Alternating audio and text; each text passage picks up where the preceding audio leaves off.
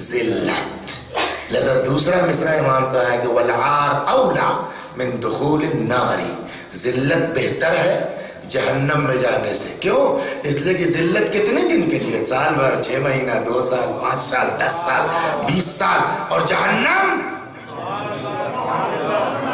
ماشاء اللہ ہو گئی نا. تو ہم آدھا مصرع. ویسے ہی ایک چیز اور بڑی مشہور ہے، وہ غلط مشہور ہے. جان ہے، صحیح ہے سر، یہیں سے سمجھ میں آ جائے گا. جان ہے تو جہان ہے. اتنا رانگ فکرہ ہے یہ کہ اسی میں آدمی برباد ہوتا ہے. یہ بیچارہ جو برباد ہوا ہے نا، اسی پہ برباد ہوا. پھانسی پہ لٹکا دیے گئے. شیطان سامنے سے آیا، اب تو گئے بیٹا، کوئی نہیں بچا سکتا تم کو، بس 2 منٹ بچا ہے، پھانسی. بچا لو بھائی. کیا کرنا ہوگا؟ کہ بچا لوں گا. ہاں تو بچا لو. کہیں سے تھوڑی کہ کیا کرنا ہوگا؟ کہ ہم کو ایک سجدہ کر لو. اس کے دماغ میں کیا آیا؟ جان ہے تو جہان ہے. ابھی تک کیا تھا نا؟ گناہگار تھا، مجرم تھا، خطاکار تھا، سزا کاٹ کے واپس آ جاتا مومن ہونے کی بنیاد کے اوپر. لیکن کافر تو نہیں تھا نا. شیطان نے کہا یار ابھی تو کام نہیں ہوا. اس نے سوچا جان ہے تو جہان ہے. اس نے کہا ٹھیک ہے بھائی بچا لو. کہا مجھ کو سجدہ کرو. کہ یہاں اس تختہ دار پر کیسے سجدہ کر لو؟ کہ کچھ نہیں کرنا، سجدے کے نیت سے پلک جھکا لو. اس نے سوچا وہی جان ہے تو جہان ہے. پلک جھپکائی، روح نکل گئی. وہ آدمی جو مستجاب الدعوات تھا کس حال میں مرا باس؟ کفر کی حال میں. اس کفر تک پہنچایا کس نے؟ آپ کو قابو نہ کرنے کی وجہ سے. اب سمجھے مولا کا فقرہ کہ آنکھ شیطان کے تیروں میں سے ایک تیر ہے. اس سے بہتر کوئی حصہ نہیں. اس کو اپنے قابو میں رکھو، کنٹرول میں رکھو. اگر اس آدمی نے یہ طے کر لیا تو اس آخری وقت بھی کہ دین ہے تو جہان ہے، تو شاید اللہ معاف کر دیتا، بچ جاتا. لیکن اس کے ذہن میں کیا تھا؟ جان ہے تو. لہٰذا میں اپنے بچوں سے کہتا ہوں یہ آج دماغ میں گھسائیے، دین جان ہے تو جہان ہے نہیں، دین ہے تو جہان ہے.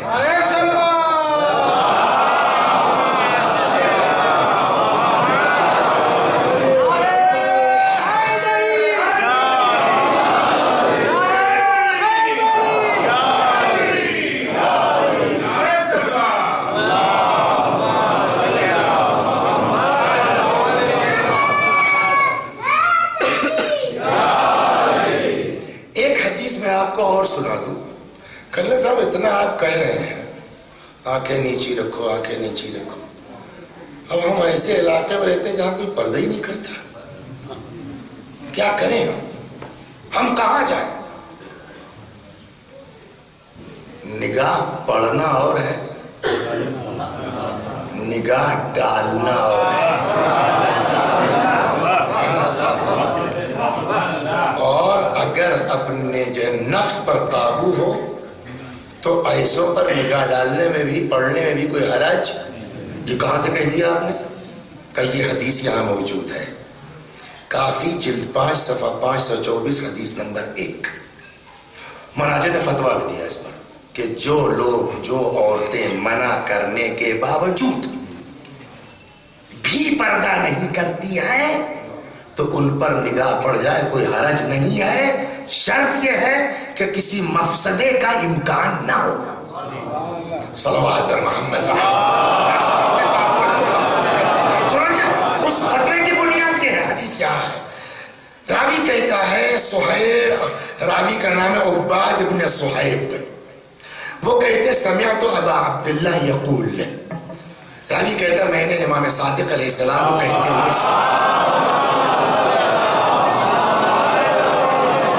لا بأس بالنظر الى رؤوس اہل التہام. تہامہ کے لوگوں پر نگاہ ڈالنے میں کوئی حرج نہیں ہے. والاعراب، اور یہ جو بدو عرب ہیں ان کے بھی سروں پر نظر ڈالنے میں کوئی حرج نہیں ہے. واہل السواد والعلوج، یہ کالے، یہ افریقی، کیوں؟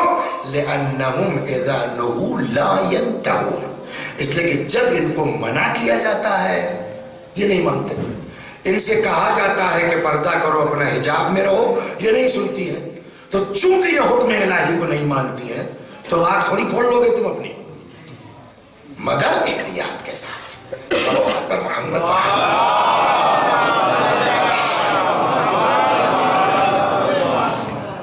ایک حدیث میں سناتا ہوں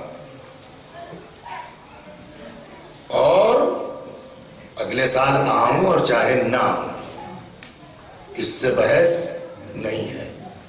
عام طور پہ کہا جاتا ہے کہ بھائی مجلس میں کسی کے اوپر طنز نہیں ہونا چاہیے اور واقع نہیں ہونا چاہیے، کسی کے خلاف نہیں پڑھنا چاہیے، واقع نہیں پڑھنا چاہیے۔ لیکن میں یہ نہیں کہوں گا کس کے خلاف پڑھ رہا ہوں، لیکن میرے دماغ میں ایک چیز ہے جس کی وجہ سے یہ روایت نقل کر رہا ہوں، اور پہلے دوہرا دوں پھر سے، جو اکثر ہر سال، آپ کی پتہ نہیں کہاں بھولے ہوئے تھے نہیں دوہرایا میں نے اس کو، ہر سال شیعہ گھر میں پیدا ہونے سے کوئی شیعہ نہیں ہوتا، مسلمان گھر میں پیدا ہونے سے کوئی مسلمان نہیں ہوتا، رضا تقی نقی جعفر نام رکھ لینے سے کوئی شیعہ نہیں ہوتا، پگڑی باندھ لینے سے کوئی شیعہ نہیں ہوتا، قبا پہن لینے سے کوئی شیعہ نہیں ہوتا، چاہے مرد ہو چاہے عورت۔ آپ صاحب مجلس میں 1 لاکھ روپیہ خرچ کر رہے ہیں اور یہاں تک کا اسکرٹ پہنے ہوئے یہ یوں پلو پڑا ہوا چلے آ رہے ہیں، صاحب اتنا بڑا سا پرس لیے ہوئے تاکہ لوگ بڑا آدمی سمجھیں، تاکہ آپ کی ایک شخصیت ہو جائے، پردے میں آپ چھوٹی ہو جائیں گے۔ حق کیا ہے تم کو فاطمہ زہرا پر رونے کا؟ ایک جملہ میں نے ابھی وہاں کی مجلس میں کہا تھا، امام حسین علیہ السلام ہارے کے جیتے، بولیے ساجد صاحب آپ ٹی وی کے آدمی ہیں، اب یاد آیا کادو دیکھا پروڈیوسر کیا ہے ساجد رضوی ہے، وہی ہے نا، بتائیے امام حسین علیہ السلام جیتے کہ ہارے؟ اگر آپ کو ڈاکیومنٹری بنانا پڑے کیا بنائیے گا؟ جیتے کس سے جیتے؟ یزید سے۔ احسنت، یزید سے جیت گئے، اس میں شک نہیں ہے۔ کیوں؟ اس لیے کہ یزید گردن کٹنا معیار تھوڑی جیت اور ہار کا، معیار کیا ہے؟ مقصد کیا تھا؟ ہم بیعت لے کے رہیں گے، ادھر کیا تھا؟ ہم مر جائیں گے، بیعت نہیں کریں گے۔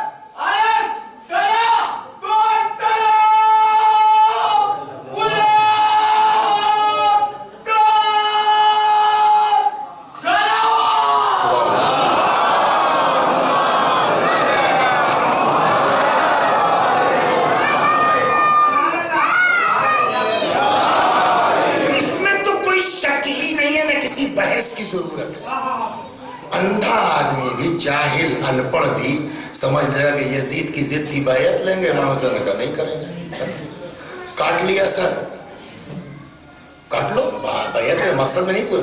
تو اس میں پکی بات ہے کہ حضرت سید الشہداء سلام اللہ علیہ یزید نہیں 1000 یزید آ جاتے، امام حسین کی جیت ہے نا پکے۔ تو یزیدیوں سے تو جیت گئے، ہم سے آپ سے جیتے کہ نہیں جیتے؟ سوال یہاں ہے، ہم سے آپ سے، اس لیے کہ اگر معاملہ مقصد کا ہے تو وہاں تو مقصد کے اعتبار سے حسین جیت گئے، پکی بات ہے۔ ہمارے تئیں ان کا ایم کیا تھا؟ مقصد اصلاح، امر بالمعروف، نہی عن المنکر۔ آج اگر ہم مومن ہیں، ہمارے گھر کی عورتیں پردہ دار ہیں، تو زینب جیت گئی، اور ہم نے سب کیا، ہمارے پاس ایمان نہیں، دین نہیں، ہماری عورتوں کے پاس پردہ نہیں، تو حسین سب سے جیت گئے، بے پردہ عورت سے ہار گئے۔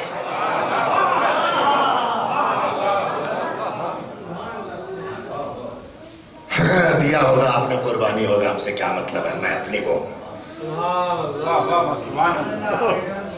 اب بہت سخت ہو جائے گا جملہ، کہہ نہیں سکتا ہوں میں۔ جس انسان کو یزید نہیں ہرا سکا، اس انسان کو جو ہے وہ بے پردہ عورتوں نے، بے نمازیوں نے، شرابیوں نے۔ اللہ اکبر۔ چنانچہ ایک حدیث سناتا ہوں میں، دھیرے دھیرے وقت گزرتا جا رہا ہے، پیغمبر آئے۔ میں اپنی جو ہے وہ بچیوں کے لیے، اپنے سے چھوٹی عورتوں کے لیے، بڑے لوگوں سے بدتمیزی نہیں کرنا چاہیے، چھوٹوں کو سمجھانا چاہیے، میرا اپنا خیال ہے۔ ایک حدیث سن لو میری بیٹیوں، میری بچیوں، میری بہنوں، اور اس کے بعد جا کے گھر پہ غور کرنا۔ پیغمبر منبر پر آئے، حدیث یہاں ہے، یہ پیغمبر منبر پر آئے۔ اتنے لوگ ماشاءاللہ مجمع جمع ہے یہاں، اور مجھے پتا ہے کہ کئی کئی کلومیٹر سے لوگ آتے ہیں، ہے نا؟ کروت کہاں سے کتنی دور ہے؟ 6 کلومیٹر، اس سے بھی دور سے لوگ آتے ہیں نا۔ تو یہ معمولی نا، رات کے 10 بج رہے ہیں اس وقت، اور آدمی 6 کلومیٹر سے چلا آ رہا ہے، تو محبت ہی میں تو۔ اور آپ اتنی محنت سے آئیے، اور میں بجائے کچھ بیان کرنے کے ایک سوال کر دو، ممبر سے اتروں چلا جاؤ۔ یہ اب تک کی مجلسوں کوئی ذکر نہیں ہوگا، لیکن آج کے واقعے کا تذکرہ پورے بھوپال میں دوڑے گا نہیں دوڑے گا؟ یار بتاؤ، اتنی دور سے دوڑ کے گئے، ایک سوال کیا ہٹر کے نہیں آدمی، یہ پاگل ہے، دماغ خراب ہے کا۔ تو اس طرح کی چیزیں زیادہ مشہور ہوتی ہیں۔ پیغمبر ممبر پر آئے، خطبہ دیتے ہیں، تبلیغ کرتے ہیں، ممبر پر آئے اور بجائے تقریر کرنے کے پوچھا، عورت اپنے اللہ سے کب بہت قریب ہوتی ہے؟ ایک سے ایک مجمع ہے اس میں نا، سب چپ۔ آپ سوچیں گے ہو سکتا مولا نہ رہے ہوں، مولا تھے، مگر انہوں نے بھی کوئی جواب۔ رسول اللہ ممبر سے اتر چلے گئے۔ اس زمانے کے رواج کیا تھی؟ جو لوگ مجلس میں جاتے تھے، جب گھر آتے تھے تو ریپیٹ کرتے تھے گھر والوں کو بیان۔ امام حسین نے بھی قصہ سنا ہوگا آپ نے، امام حسین کا سنا ہوگا۔ تو تقریباً یہ ایک عام رسم تھی کہ جو بھی گیا ہے بس میں پیغمبر میں واپس آ کر کے وہ بیان کرے گا، پیغمبر نے کیا فرمایا۔ آج جب لوگ گھر پہنچے تو جی سنتے ہیں آج کیا کہا رسول اللہ نے، ہر گھر کی آواز یہ ہوگی، ہے کہ نہیں ہے؟ اور یہ لوگ ہے کیا بتائیں، بالکل لکھنوی انداز میں، آج تو رسول اللہ نے کچھ فرمایا ہی نہیں، عجیب اللہ۔ پھر انہوں نے ایک سوال کر لیا، کیا عورت اپنے اللہ سے کب بہت قریب ہوتی ہے؟ تو اپنا میٹر تھا نا، تو عورت بھی کان کھڑے ہو جائیں گے۔ تو کسی نے جواب دیا؟ کرنا سب چپ۔ کتاب کی بات ہے، کامن سینس سے بھی سوچے آدمی، تو ہر عورت علی نہیں تھے کیا؟ فقہ کی کتاب کی بات نہیں کراتے ہیں، سوال آئے گا نہیں آئے گا، آج علی نہیں تھے کیا؟ ہر آدمی کیا کہتے، پتہ نہیں کیا چکر تھے، تو جی واللہ علی بھی بیٹھے تھے، مگر نہیں معلوم کیا چکر ہے، چپ تھے۔ تو جب ہر جگہ ہوگا تو خود علی کے گھر میں بھی تو یہ بات ہوگی۔ پہنچے، بابا نے آج کیا فرمایا؟ کہا آج تو بابا نے کچھ کہا ہی نہیں۔ پھر کہا انہوں نے الٹا سوال کر دیا۔ کیا سوال کیا؟ عورت اپنے اللہ سے کب بہت قریب ہوتی ہے؟ تو کسی نے جواب دیا؟ کرنا آپ نے، ہم نے بھی نہیں دیا۔ کیوں؟ اگر پیغمبر کا مطلب ہوتا کہ ہم سے پوچھے تو ہم کو اشارہ کرتے، بلا جا کیوں پوچھے؟ زبان میں بات آ چکی ہے نا، بلا جا کیوں بولے بھائی؟ ان کا مقصد ہے کہ علی بتائیے تو بتا دیتا، یا علی میں جواب دے دوں آپ پہنچا دیجیے گا۔ یہ اہتمام ملاحظہ کیجیے کہ عورت کی بات عورت کی زبان سے کہلوائی جائے، تاکہ یہ نہ کہہ سکیں عورتیں کل کو کہ رسول اللہ تو مرد ہے، ان کو کیا پتا پردے میں کتنی پرابلم ہوتی ہے۔ لہذا عورت سے کہلوایا جائے گا، میں جواب دے دوں آپ پہنچا دیجیے گا۔ بالکل، فرمائیے اب یہاں کے اوپر جو جواب ہے، جواب سنیے آپ اچھی سی صلوات کے بعد۔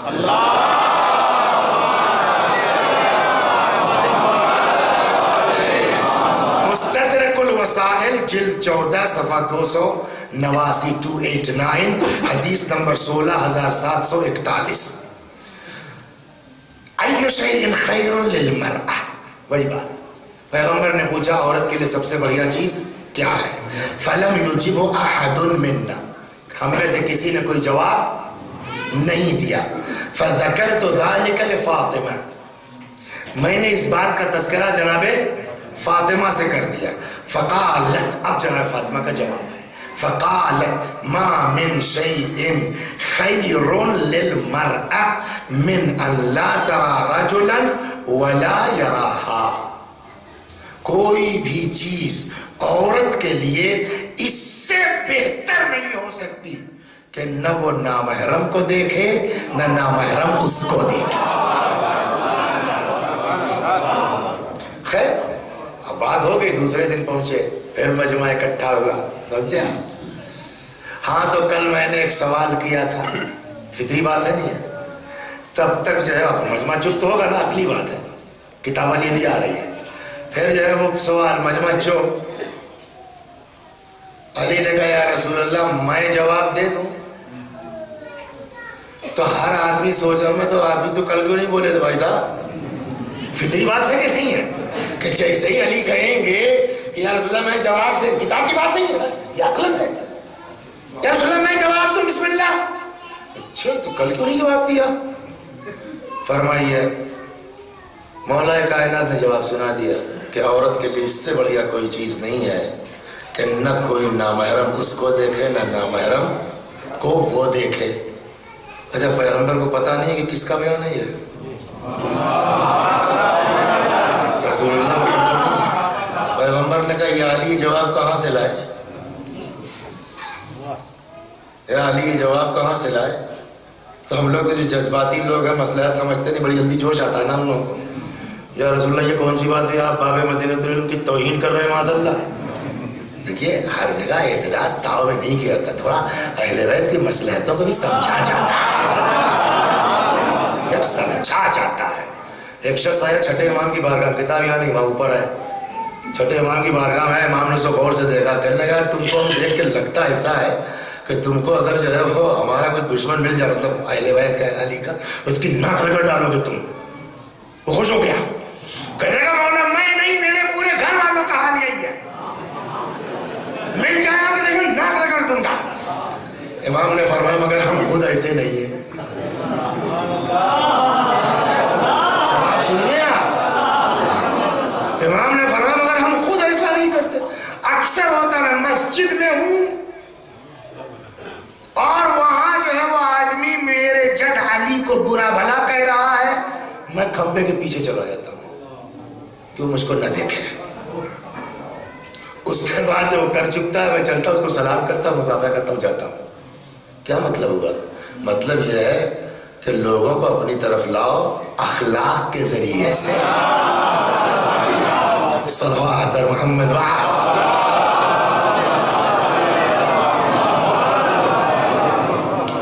میں کل اس صحیح کر دوں، پھر مجھ کو تھوڑا ٹینشن ہو گیا کہ چھٹے امام یا 11ویں امام مس کر رہا ہوں میں، ان دونوں میں سے کسی امام سے یہ داستان ہے۔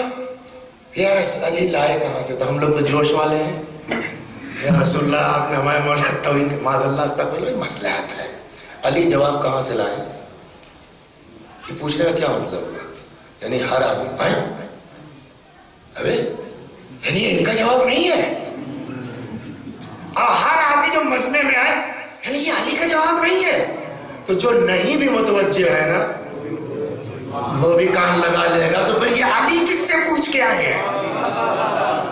اور اب علی نے کہا سارے کان لگے ہیں، اہتمام تو دیکھیے پیغمبر کا، سارے کان لگے کہ یہ فقرہ کس کا؟ مولا کائنات نے کہا فاطمہ زہرا۔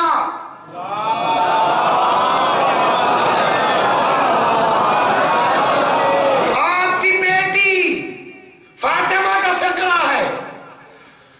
فذکرت ذلک لرسول اللہ، مولا کہتا میں نے پیغمبر سے جب بیان کیا کہ یہ فاطمہ نے فرمایا ہے. فقال رسول اللہ نے فرمایا صدقت انہا بضعۃ منی، صحیح کہا میری بیٹی نے، وہ میرا پارے جگر ہے، میرے جگر کا ٹکڑا ہے.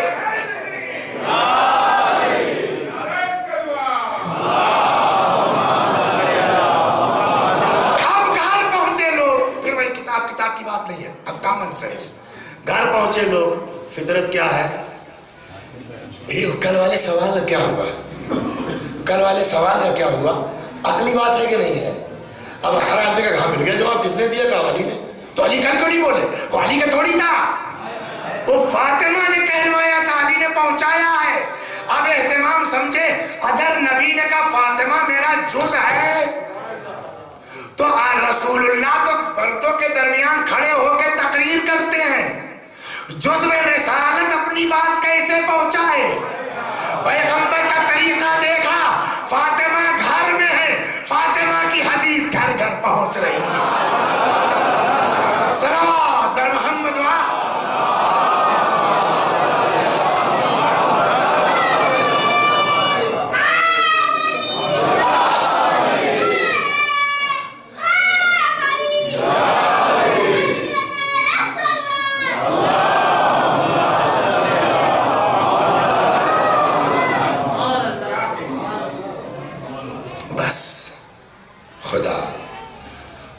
سب کو توفیق دے اس راہ پر چل سکے جس راہ کے لیے تیرے حسین نے پورا گھر لٹا دیا. انی خرجت لطلب الاصلاح فی امت جنبی، میں نکلا ہوں نانا کی امت میں اصلاح کے لیے، میں نکلا ہوں. ایسے ایسے سن لیجئے سلمان فارسی، بس تو جملے ہیں، طولانی ہو گئی. آج بھی روز سوچ کے آتے ہیں کہ 1 گھنٹے میں ختم کر دینا، مگر وہ قدرت کیا مرضی ہے. بہرحال 5 منٹ. سلمان اپنے کھیت میں ہے، باغ میں ہے، کچھ کر رہے ہیں. ایک یہودی آ گیا. السلام علیکم. وعلیکم السلام. سلمان بھائی ایک کام ہے آپ سے. بولیے. یار میری ایک لڑکی بیمار ہے، بہت حالت خراب، اس کی بہت ڈاکٹر دوا علاج کر لیا، کچھ نہیں ہوتا. ہم لوگوں کے رواج ہے کہ آپس میں بیٹھتے ہیں، موسیٰ کو وسیلہ قرار دے، کبھی کبھی اللہ سے وہ بھی کر لیا، نہیں ہوا کچھ. تم اپنے نبی کے بڑے بزرگ صحابی ہو بھائی، تم دعا کر دو، شاید تمہاری لگ جائے.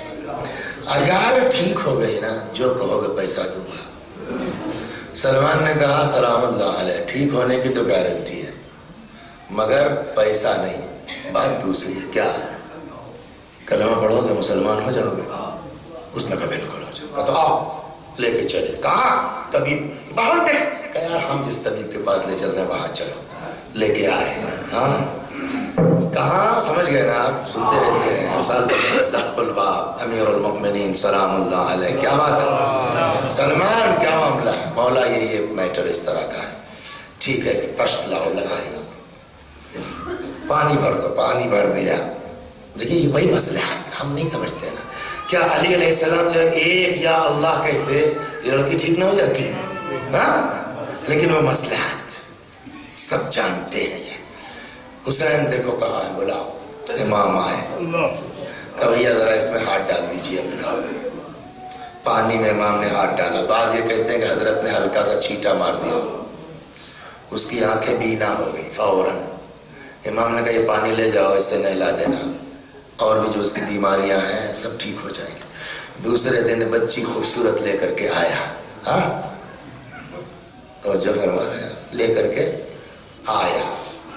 صاحب ہم جا رہے ہیں، اشہد ان لا الہ الا اللہ اشہد ان محمد، وعدے کا پکا ہوں، شام کا رہنے والا ہوں اس لیے جانا ہے. جاؤ. نہیں صاحب ایک آپ سے درخواست ہے. کیا؟ کہیں سوچتا یہ تو میرے لیے مردہ تھی صاحب، مر چکی تھی، آپ کی وجہ سے اس کو زندگی ملی ہے، تو سوچتا یہیں چھوڑ 1-2 سال رہے گی، آپ کے بچوں کی خدمت کرے گی، تھوڑا دین ایمان سیکھ جائے گی، چھوڑو جاؤ. اب وہ جناب زینب اور گھر میں رہتی ہے، زینب کی خدمت کرتی ہے، زینب سے سیکھتی ہے، ہو گئی زینب کی شاگردہ ہے نا. 1 سال آیا، جانے لگا. امام نے کہا کہ کہاں جا رہے؟ کہنے لگا صاحب ظاہر تھا اپنی لڑکی بھی لیتے جاؤ. کیوں صاحب کچھ غلط ہے؟ نہیں لے جاؤ یار, کب تک یہاں رہے گی, سیکھ لیا اس نے. شادی بیاہ کا وقت ہے, جو ہے وہ جب دیکھو کوئی رشتہ وشتہ مل جائے ٹھیک ٹھاک شادی کر دینا, اس کو لے چلا گیا. شام کا رہنے والا, اب اتنا وہ بات تو نہیں ہے اس کے اندر جو مدینے والوں میں ہوگی, کوفے والوں میں ہوگی, تو سب تو ہاؤ بھاؤ دیکھنے والے سا. وہ لڑکی جو اپاہج تھی نا, امام حسین کے صدقے میں جو ٹھیک ہوئی, ایسا حسن دکھ رہا صاحب اس کا کہ اس کی خوبصورتی کے چرچے ہونے لگے. اور یہ بات آگے تک چلی گئی, پیغام آ گیا یزید کی طرف سے. یہ سب ہاؤ بھاؤ دیکھ کے شادی کر دی. شادی ہو گئی تو مانا کہ یہ ہے آج یزید کے یہاں, لیکن تربیت کا بڑا اثر ہوتا ہے نا, پرورش کا بڑا اثر ہوتا ہے. جانتے ہیں تربیت کا اثر کیا ہوا؟ جب یہ لٹا ہوا قافلہ, زمانہ گزر گیا, جب یہ لٹا ہوا قافلہ شام میں پہنچا, اس کو بھی پتا چلا کہ کچھ قیدی آئے ہیں, تو آئے ہوں گے, اس سے کیا مطلب, لیکن وہ پرورش کا اثر اس کو جو ہے وہ الجھن ہونے لگی, کون لوگ ہیں, کیا ہے, کس طرح رہ رہے ہیں. یزید سے پوچھا کہ سنا ہے کچھ قیدی آئے ہیں, کہا کب میں ملنا چاہتی ہوں. یزید نے کہا دن میں نہیں, رات میں. ڈر رہا ہوگا اس کو کہ کہیں پہچان کے ہنگامہ نہ کر دیں. رات آئی. مروں میں کافی بزرگ خطیب گزرے ہیں, وہ بیان کرتے ہیں کہ صاحب رات آئی, ایک نوکرانی کنیز آگے آگے کرسی لے کر کے اور چراغ, اور پیچھے پیچھے یہ ہند جو قصہ پڑھتا ہے نا ہند کا, یہ ہند کو کیا تعلق تھا امام حسین سے, وہ تعلق یہ ہے. اب جیسے صاحب پہنچی قید خانے میں, جناب زینب نے دیکھا, پہچان گئی. اللہ نہ کرے کسی عزت دار کے لیے یہ دن آ جائے, خدا نہ کرے کسی آبرومند کے اوپر یہ وقت آ جائے.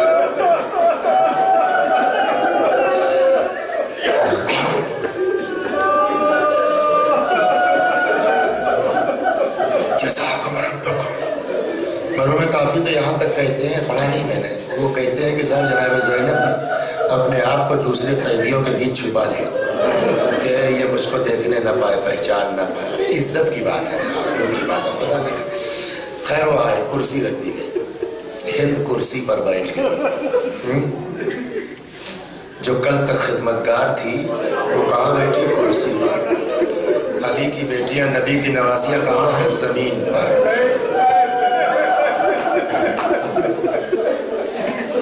کوئی صاحب جواب دیجئے, میں کچھ پوچھنا چاہتی ہوں. ظاہر سی بات ہے کہ جناب زینب کے علاوہ کون جواب دے گا؟ سلام اللہ علیہ. پوچھو. پہلا سوال, من ای البلاد انتم, آپ لوگ کس شہر کی رہنے والی ہیں؟ فرمایا ہم لوگ مدینہ کے ہیں. کہنے لگی مدینہ تو عرب ہر شہر پر بھی مدینہ کہتے ہیں, آپ کون سے مدینہ کی ہیں؟ کہا مدینۃ الرسول کے رہنے والے ہیں, مدینہ پیغمبر کے رہنے والے. تربیت کا اثر دیکھیں گے. اٹھی کرسی سے, بیٹھ گئی زمین پر. شہزادی نے کہا کیوں زمین میں کیوں بیٹھ گئی ہو؟ کہنے لگی اس لیے کہ آپ لوگ رسول اللہ کے شہر کی ہیں نا, پیغمبر کے احترام میں. ذرا انصاف سے بتائیے کہ بی بی کے دل میں کیا گزرنا نا, آپ کے شہری ہونے کا اتنا احترام.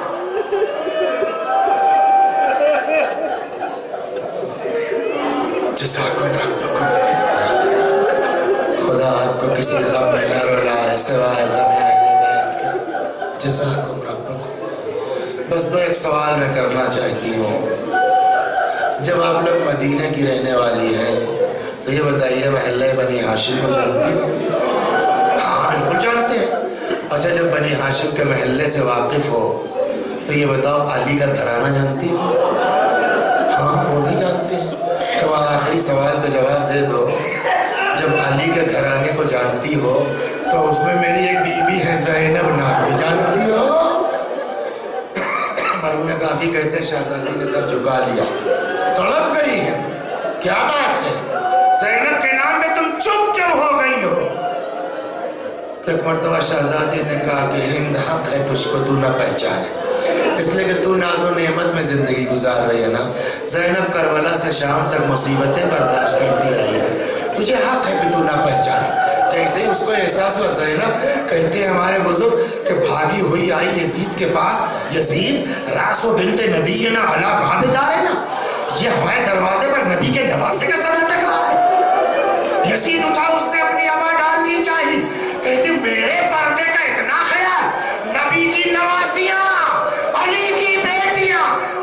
اپنا چادر